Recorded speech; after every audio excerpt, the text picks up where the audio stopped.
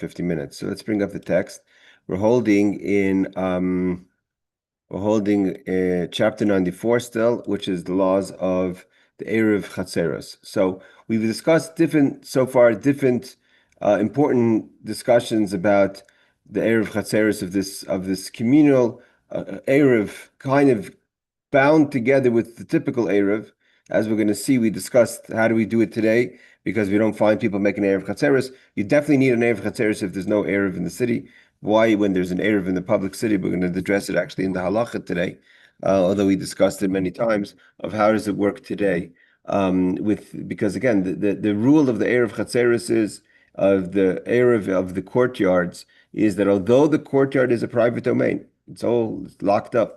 So it's not a public domain. So in theory, you should be able to carry there without any issues.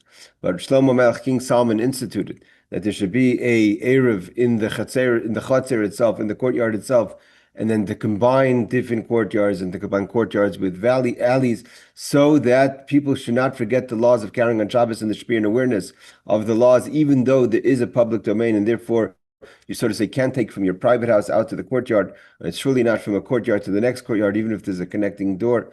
So we have all these. There's the Eiruv Chatzeiros that we discussed, that there has to be, what happens if the owner or the lease owner is a Gentile, and how you have to rent space from people that live in the courtyard who are not participating in it. Meaning, if a person is non-Jewish, so that person lives in the courtyard and has equal rights as a member of the courtyard to have access to the courtyard itself, and to use it for whatever everyone else could use it for. So does that person disrupt?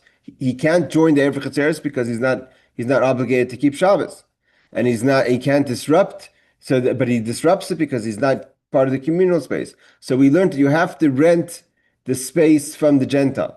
And the Gentile now, so to say, leases out his space, and then kind of, although he still lives there and still has access to it, but you have the legal right, so to say, of his space there, and therefore, or her space there, and therefore it doesn't disrupt the unity, so to say, of the courtyard of the Eiruv Chatzeiros, where everyone has to participate. The idea of the Eiruv Chatzeiros is that everyone, by giving food towards the Eiruv Chatzeiros, and we said you have the two matzahs and the foods, when by giving food towards the Eiruv Chatzeiros, that makes it a communal kind of single place where everyone's going to join and eat together, even though it's technical, and you're not going to end up eating that food at all, and it stays from year to year. But the fact that you can, and you've contributed, so it creates this community space of not just a whole bunch of individuals living in a courtyard that have equal rights and access to the courtyard, but it actually creates a unity between the people that live there. And that it will bring awareness that we're carrying because of our unity, and therefore, if we do go outside of the Eiruv Chatzeiros and there's no Eiruv,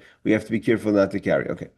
But the question is, how do you technically rent this space from the Gentile? So it says, how do you rent it? So Oimrim Lo Yisrael, so the Jew will tell the Gentile in the courtyard. Again, the courtyard is not just the ancient courtyard, like the illustration that ChatGPT made us of a courtyard that's like the courtyard down the road from me, Bateiran, where there's a whole bunch of houses that are in a single courtyard. But an apartment building is, for practical purposes, a courtyard as well. And as we learned, it's the same thing applies even in a house that has rooms that are rented. There has to be this community setting. So how do you do it? So the Jew tells the Gentile, rent me out. I would like to rent your property in this joint courtyard for such and such amount of money. You don't have to tell the person, the Gentile, I'm doing this so I should be able to carry. He doesn't have to know the why. He just has to know the what. But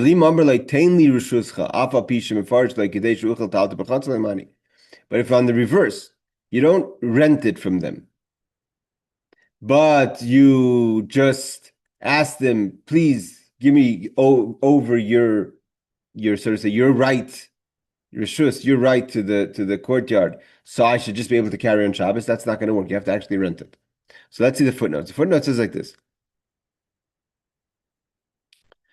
asking him to give it as a present, as a gift, would also make it invalid. It means not just saying to but give me your, but just to ask me to give it as a gift, it's not good enough. However, rental, even for the smallest sum of money, is valid. It doesn't make a difference. It means to get the symbolic of renting has to happen. The kinyan, the transaction has to happen. That I now have the ownership, so to say, of this right of carrying that you have. Not that you can't use it, but I'm renting it from you now, so I have it. Now the it's basically you making the Gentile your tenant. Now it doesn't have to be for a lot of money. It doesn't have to be for the amount of rent that you would cost to rent an apartment. It's rentals even for a small sum of money is valid. Even for less than a pruta. Even less than a pruta. We'll see what a pruta is in a second. Because it came up yesterday in the Gemara class as well, which is a halachic minimum required for financial transactions. Even that's not required. You may rent it from him even on Shabbos, even though you're not allowed to make a transaction on Shabbos, for it's not considered an actual renting, it's just symbolic. Okay, so he can't gift it to you, you have to rent it, but it doesn't even have to be a amount. It's just, again, with Shlomo Melech, again, we have to remember what we're doing over here. Shlomo Melech wanted to kind of make this awareness that the reason why we're carrying in the courtyard is not that we should forget the laws of Shabbos, because the concern is that if a person lives in a certain space, and that's what's really happening today, because we're making the cities into big courtyards by putting Eruv in Seattle and in Brooklyn and in Borough Park and Manhattan, so people forget the whole laws of Shabbos that you're not supposed to carry because they've never been in a place where they're not allowed to carry for Shabbos. And Shlomo Melech was concerned with this, so he wanted to bring an awareness. Now, of course, one could argue and say, well, how many people know that there's an Eiruv Chatzeiros? People know less about the laws of Eiruv Chatzeiros than they know about the laws of Eiruv, because the Eiruv affects you directly. Do I carry? Don't I carry? But if you ask a person how many people know the laws and the way you set up an Eiruv Chatzeiros, less people are aware of it, and that's unfortunate. But still, when by us studying it and learning it, this obviously bring awareness to us. Just a quick question, because it came up in yesterday's class, how much is the value of a pruta? So how do you calculate a pruta, let's say nowadays? So pruta is based on, he says it has to be about 0.025 grams of silver.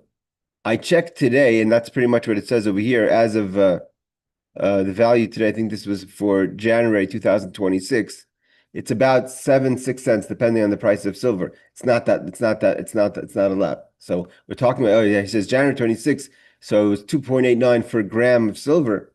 So, and a pruta is 0.025 grams.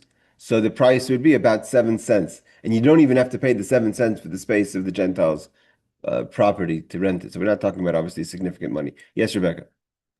But a penny is copper, it's not silver. So how do you It's the like? value. It's the value. So the value of silver, Oh, okay. it's a 0.025 value of silver today, and how much that would be in today US dollars or in shekel or what have you. Okay, so you have to rent it now. Again, it's kind of symbolic. So therefore, you're allowed to do it on Shabbos, means to make the transaction on Shabbos. Obviously, pay it after Shabbos. You could rent it from even the wife of the homeowner. Even from a service person. Because again, it's not like the person is signing off actual ownership of the house. It's kind of giving the Shabbos rights to the house, and therefore even a wife or any other family member, as the Tosfos says in Masechtas Eruvin. Okay. Sachar as reshus stam. If you rented the premises without specifying any definitive period of time, you didn't say how long you're renting it for. Mahani lechozman shaloi chazer by ha'eni Yehudi v'hu darsha. It will be valid. It says over here, as long as the non-Jew does not change his mind, he doesn't go back and say, "I don't want to do whatever you're doing." By the way, you think about it. Okay, what's the big deal? It's not so simple. If you were to knock on, Rebecca were to knock on, you live in an apartment building in Manhattan. If you personally would knock on someone's door in Manhattan and say, "I'll give you 7 cents for your rights for your apartment," and because this helps him, even if you did explain it, it helps him my Shabbos. It's not going to be so simple. Most people, unless you're very close with them, will ask you to please leave their house. So it's not something that's so simple. So people could change their mind. Therefore, what we do today is, like we're going to learn soon, is done via the municipality, the mayor's office, etc. But you could sit down and have a meeting and explain the technicalities of Shabbos. But it's not something that's so simple. Therefore, you could be in a scenario where the Gentile comes over to you and says, whatever you're doing, I don't want to do it anymore. So that could disrupt this whole. Okay, but again, you can't. There's no way around it. If if a Gentile lives in your chutzner, again, your chutzner means your apartment building, your house has a rented apartment in your courtyard, whatever, and doesn't want to rent out your space, it disrupts. It doesn't allow for you to carry. We'll see what happens if they say no. But it disrupts the Eiruv Chatzeiros. So as long as if you just give it for an unlimited amount of time, without limiting the time and without and the person doesn't go back on their agreement, so it stays effective. Let's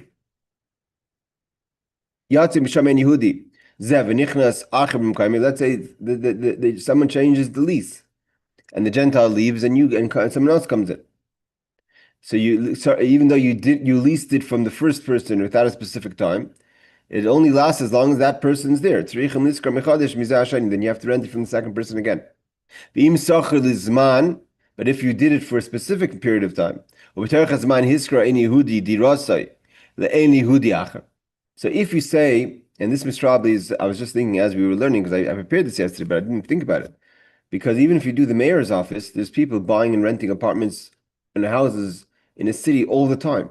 People are moving in from out of state, out of the city, and leaving from the city. I mean, a place like Manhattan, it's probably happening of thousands of people a day.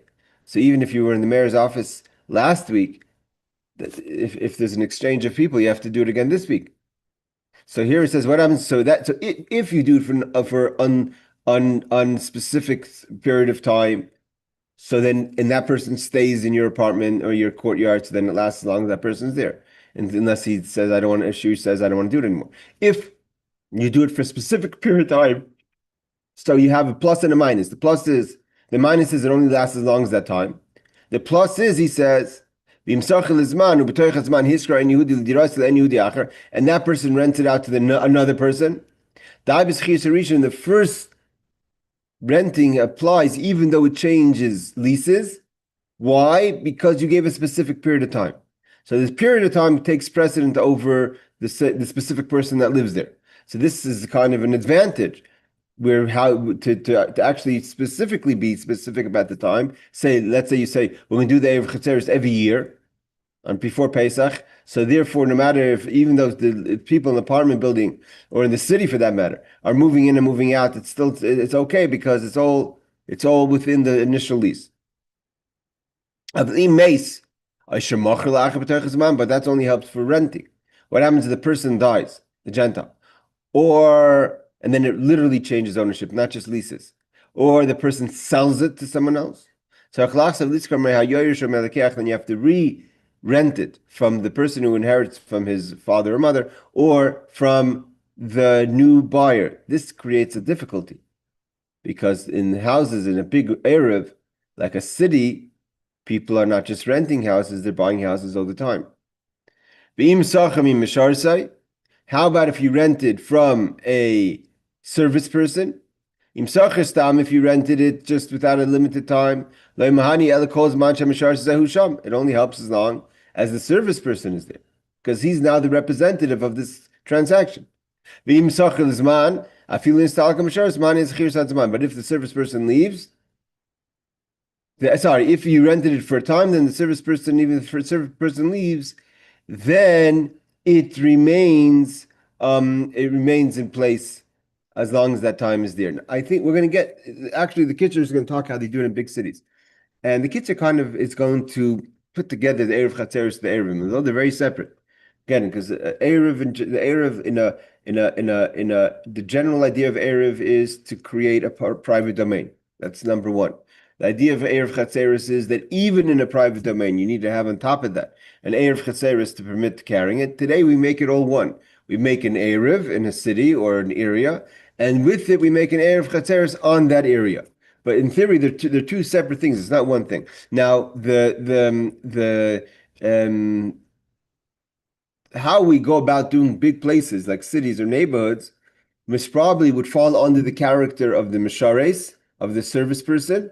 Like the mayor would be the mayor's office would be the service person in theory on behalf of everyone, and therefore the service person, because the relationship between the city and the house owner is just technical. It doesn't make a difference who buys it and who sells it.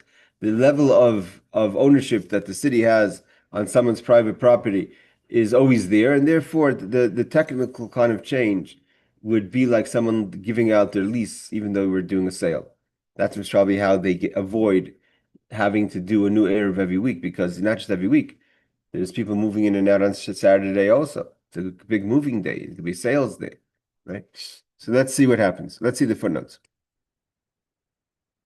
See what started off maybe as something smaller became more complex. It means if you have a courtyard and it's closed up, like the illustration we had in our picture over here, that we have a courtyard and it has in it, if it's, let's see if it's still here.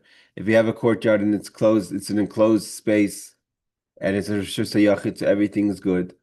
And then we're going from there to we want to be cautious of, yeah, here we go. So we want to be cautious of Shlomo Melech. So here the courtyard's there, the wall is there, and you have 5, 6 houses, and you just want to unite these homeowners that live in the courtyard.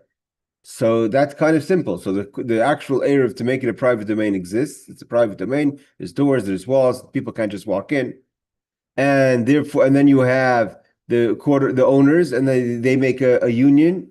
So everything's good. Let's say one of these owners here is a Gentile. You make a deal with them, it's fine. But as you kind of expand the Eruv to larger than these courtyards, to cities or big neighborhoods, especially in complicated cities, then it becomes much more complex, much more complicated than just a simple Eiruv Chatzeiros.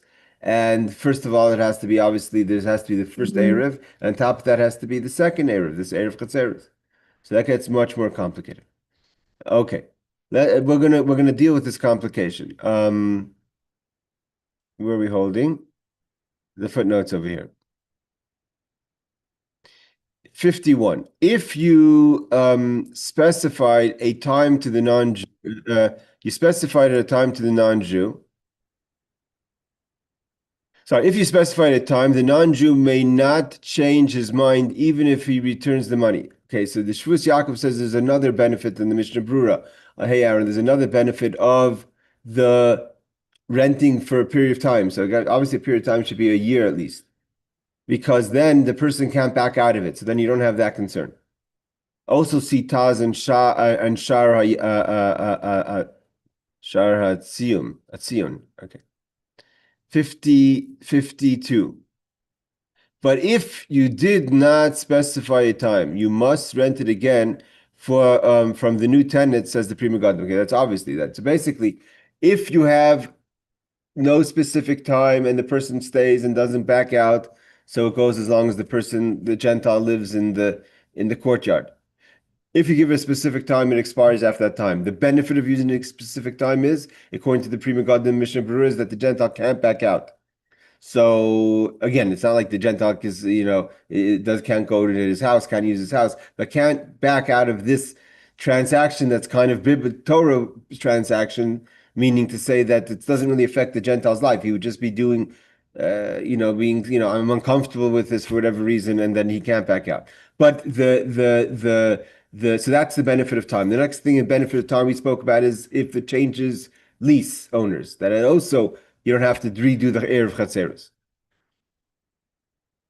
But if you don't specify the time, then if a new person comes in, you have to do it again. Hold on, Aaron. 53. It's very likely you missed your question has to do with something the fact that you're coming in middle class. So just wait a second. So here 53 is just a source. 54 is also a source. Yes, Aaron. What if he had to back out because he got sick? It's not, again, you came in with the class. This is a technical transaction. It's not the Gentile is just making a transaction for less than 7 cents. Oh, okay. It's not a major transaction. Okay. Thank you. But if he passes away, you have to do it again. Now we learned that if he passes away, or if he sells it, so the initial sale doesn't help. So again, the best case scenario for Eiruv Chatzeiros would be to give a specific time that covers any change of lease, doesn't really let the Gentile back out. It means of the thing that it doesn't really affect his life. It's just that he's participating in something Jewish, and it kind of protects the Eiruv Chatzeiros. So that would be the best thing. The only downside of it is obvious that it expires after a certain period of time, but therefore you could do a long period of time. But that doesn't help if there's a death and there's a total change of ownership, or a sale, which is also a total change of ownership. You have to redo it with the new tenant, with the new owner. Okay. You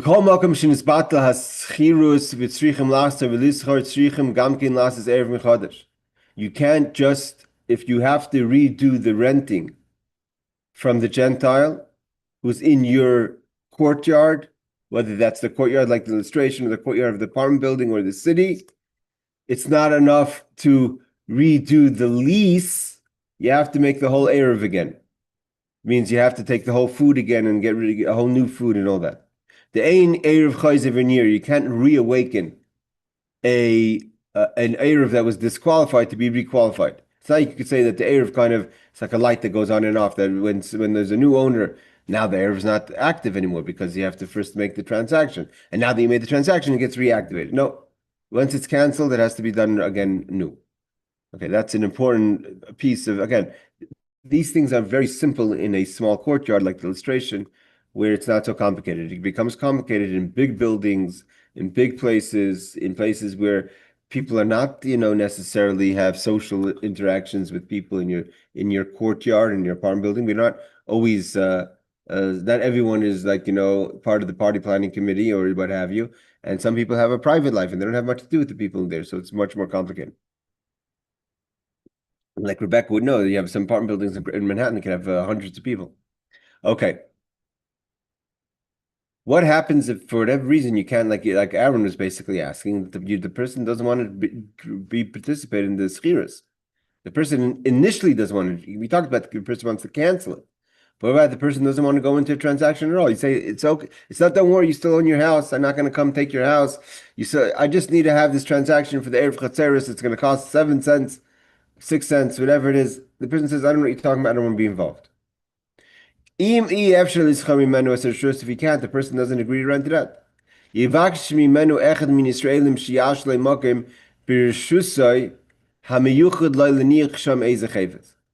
still complicated. It's not so simple. What happens is then another Jew, and it doesn't have to be a Jew that lives there, but someone who's Jewish, because the Jewish person has to be able to be part of the Eiruv Chatzeiros, has to ask for permission to place something in the guy's house. The person says, I'll leave my umbrella in your house. And by placing something in the person's house, kind of gives an entry to the house. It was a koina Yisrael Samakim, that person has that kind of space, because if a person says, can I leave my umbrella in your house? Even though your umbrella takes a very small space, but if the person says, okay, that means now my umbrella is taking up a tiny space in that house, and it's in your house, and therefore that little space, that the person lets you leave the item there, will be enough to unite the whole house and make him, the Jew gives that part, and that represents the house, and therefore unites the chutzner.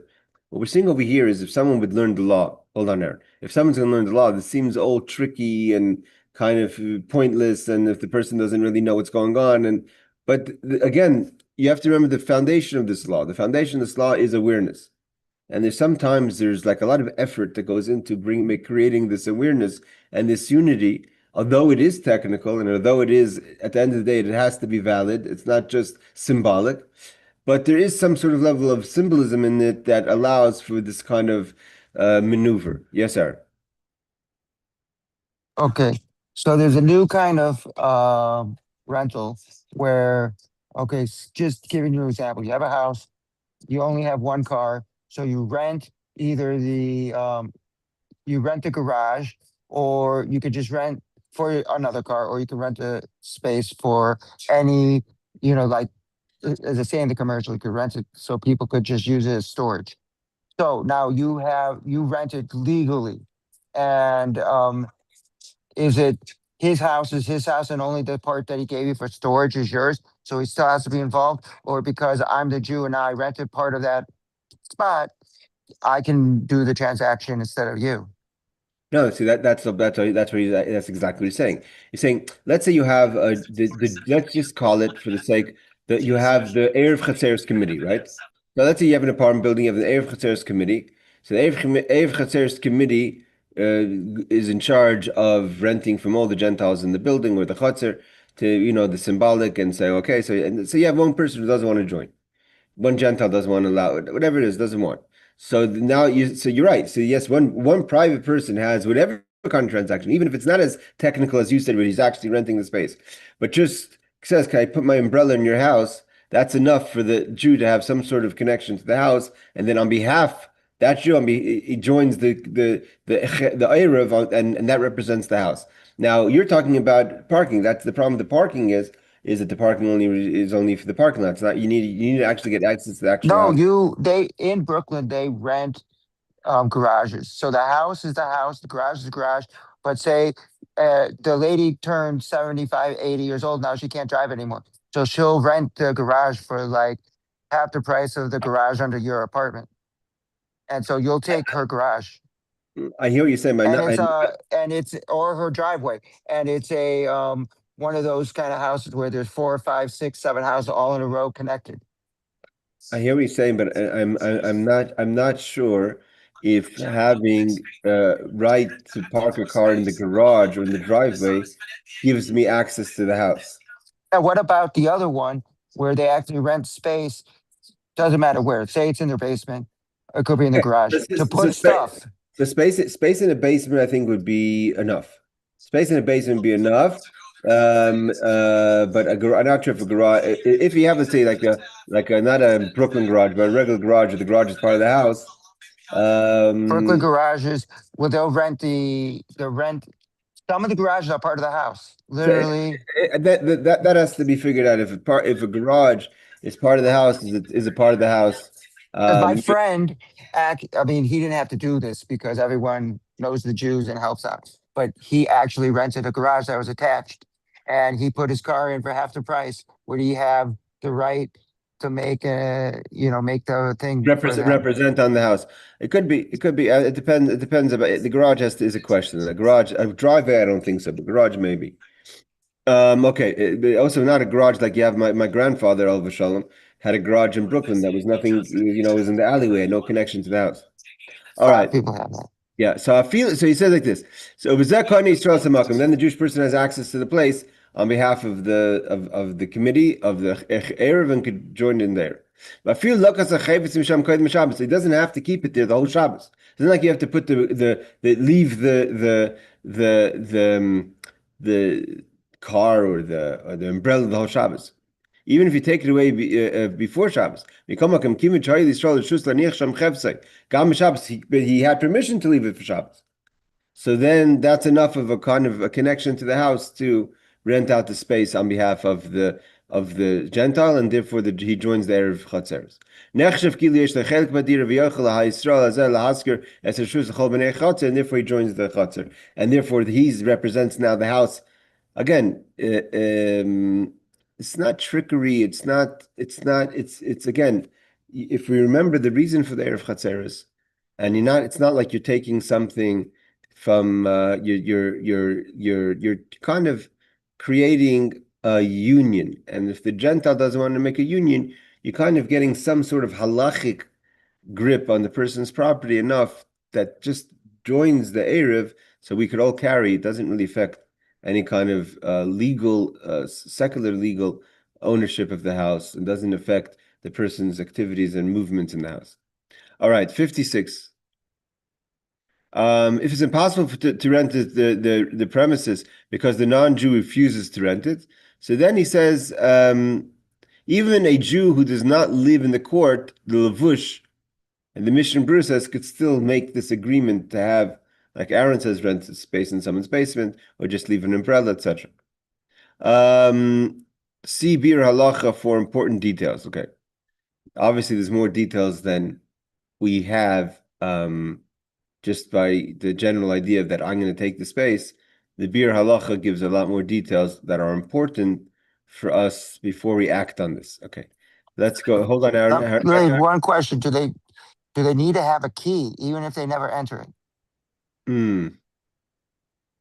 No, I don't think you have to have a key. No. I don't think you have to have a key. The So key you'd is, have to knock on the door to get in.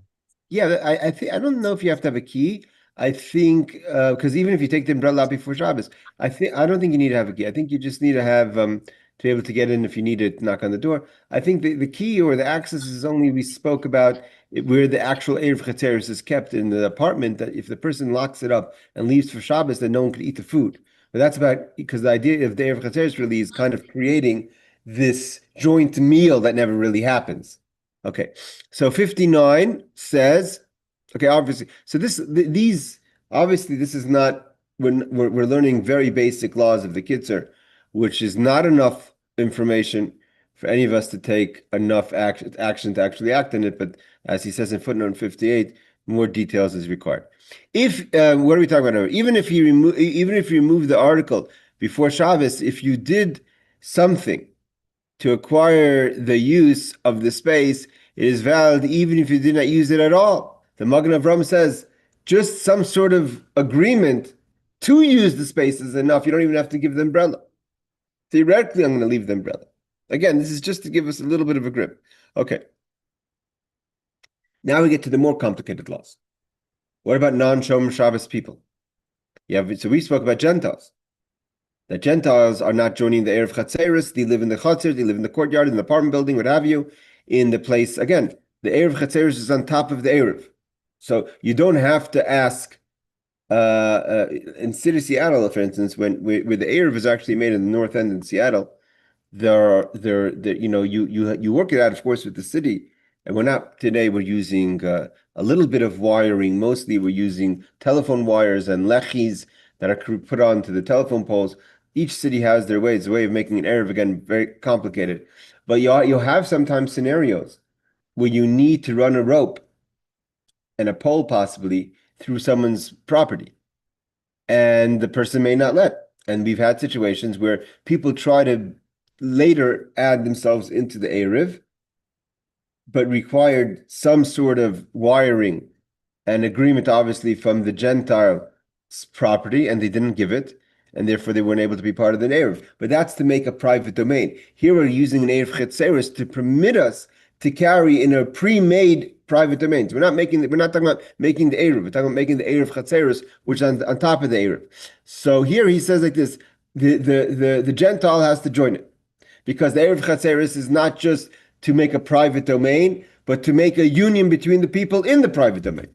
So there has to be like they're all eating a meal together. And if the Gentile says, I'm not part of your union, that's a disruption.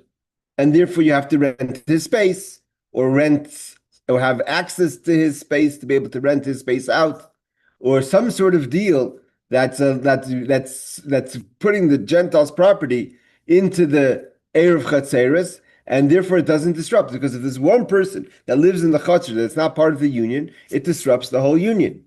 Because it has to be everyone's eating together. Even if you don't eat, but at least the ability to eat together. And that's why there's the meal, the actual food, the matzah, etc. Now, so what about a non-Shabbos observant Jew? Does that person disrupt the Eiruv Chatzeiros?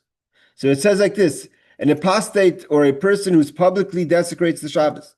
So Yisrael Mumar, or someone who's Mechalel Shabbos B'Ferhesia. What is Shabbos Mechalel B'Ferhesia? We'll see in a second. That you desecrate the Shabbos publicly, meaning you're showing an absolute disregard for Shabbos.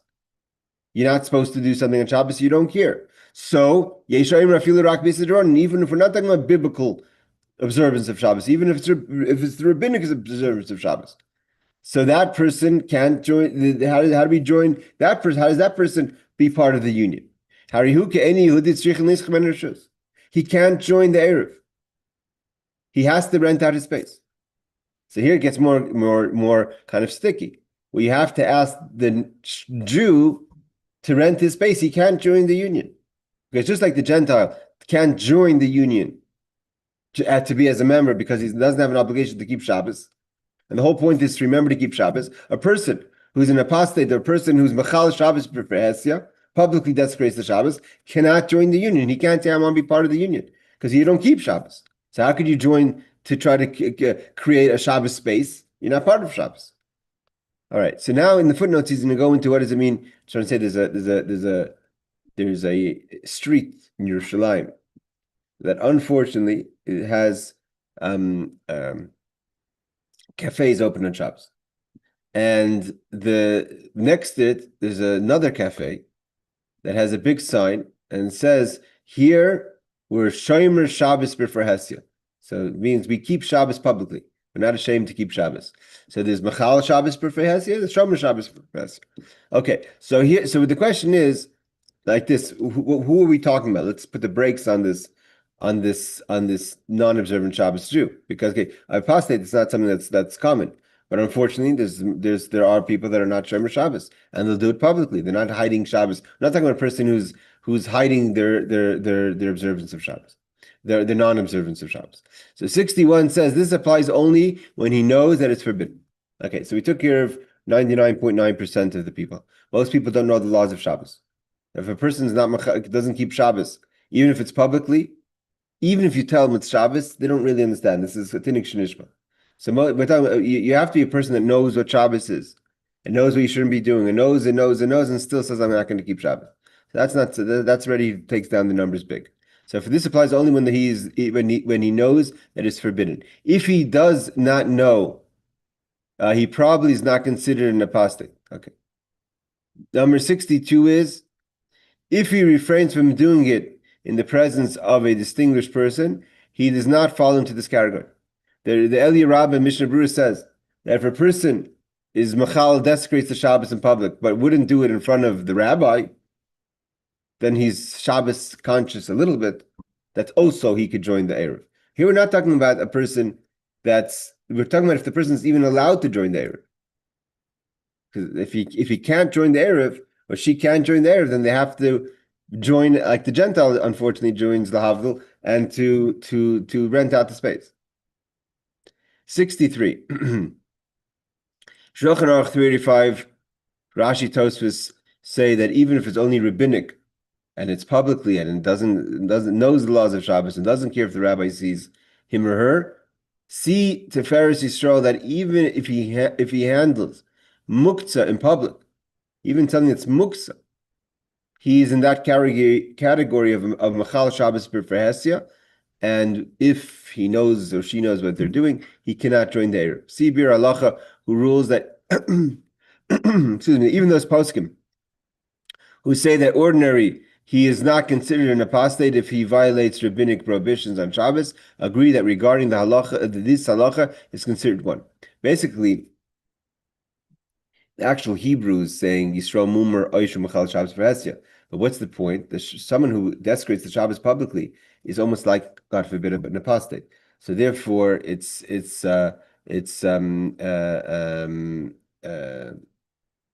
not part of the Jewish people by desecrating the Shabbos and publicly on a halachic level.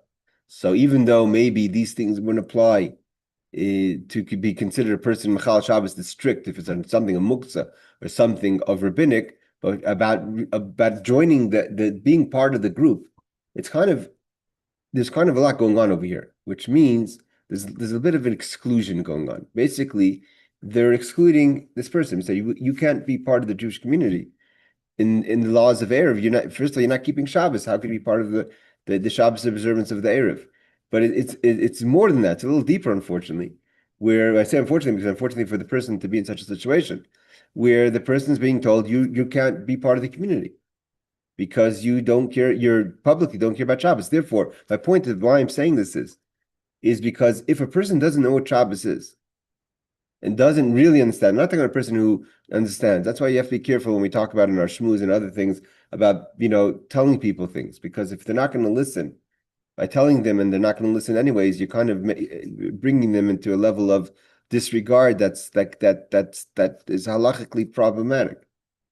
And so therefore, the idea is not just because the person doesn't keep Shabbos, he or she doesn't keep Shabbos, that they're not part of the Eruv. They're not part of the community. And if you don't care so much about Judaism that you're desecrating the Shabbos publicly, even though you know you shouldn't be, so then you can't be part of the community. And that's why a person who doesn't know the laws of Shabbos is, even though they're halachically transgressing the Shabbos, they're driving, they're doing all the things, they're lighting a fire on Shabbos, they're turning on their stove on Shabbos, but they don't really know what Shabbos is. So it's not that there's that if they understood properly what Shabbos is, they would say, of course I want to be part of the Jewish people. I don't want to be a person that cuts myself out of the Jewish people. So that's why we have to talk about this, even though it's uncomfortable, because this is not just a statement about Shabbos, but it's a statement about if you're part of the community of the Jewish people. Yes, Aaron. I hear this all the time that people who are religious who say, I mean, some of my friends in the modern Orthodox community, they say the people who are like in Borough Park people, some of them, not all of them, we're just saying some, and they would say, like you just said, you can't be part of it. But like Chabad, let's use them as an example. They know if they pull someone in, no matter what their situation is, you don't know what their situation is. If they may know it and they got off the derrick, whatever. But you pull them in, then they want to know more. Why do you That's need why me? exactly. So that's what I'm saying. So we don't. That's why the footnote says it's the 61 saying slow down. We're not excluding anyone. To exclude someone is it's very extreme because, like you said, if a person really understands what Shabbos is and really understands not just know the meat, the bones of Shabbos, but actually understands with their lev, with their heart and mind what it means to be part of the Jewish community, then slowly, eventually, we'll start taking the observance of Shabbos. So it's not something that it's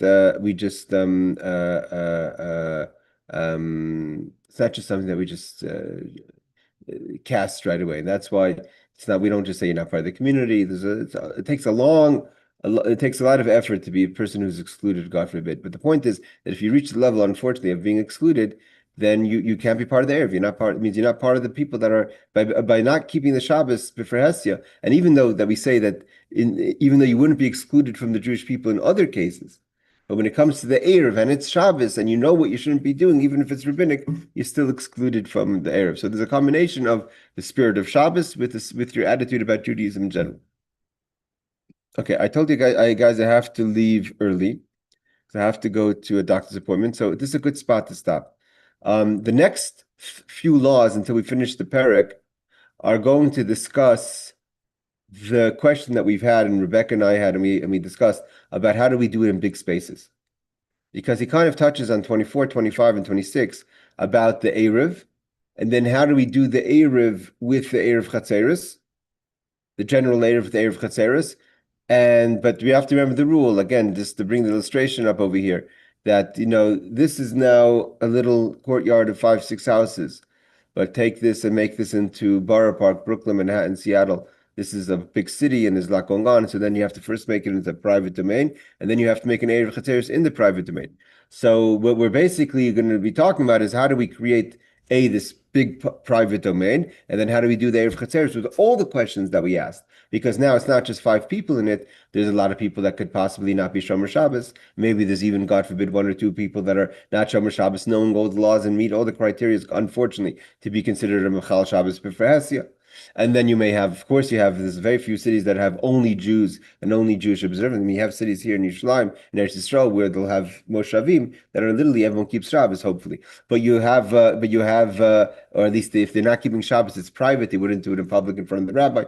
So there's all these different rules. But when the larger the Eruv becomes, which is this little space, the larger the issues become of the Gentile that has to be rented his space, sales that are happening throughout the year.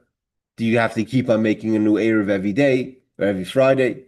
And do you have to do it 5 minutes before Shabbos? Because if you do an hour before Shabbos, maybe in that hour, someone bought a house and now he's the new or she's the new owner, and that the Eruv that you did an hour ago doesn't help. So how do we do this on a mass level?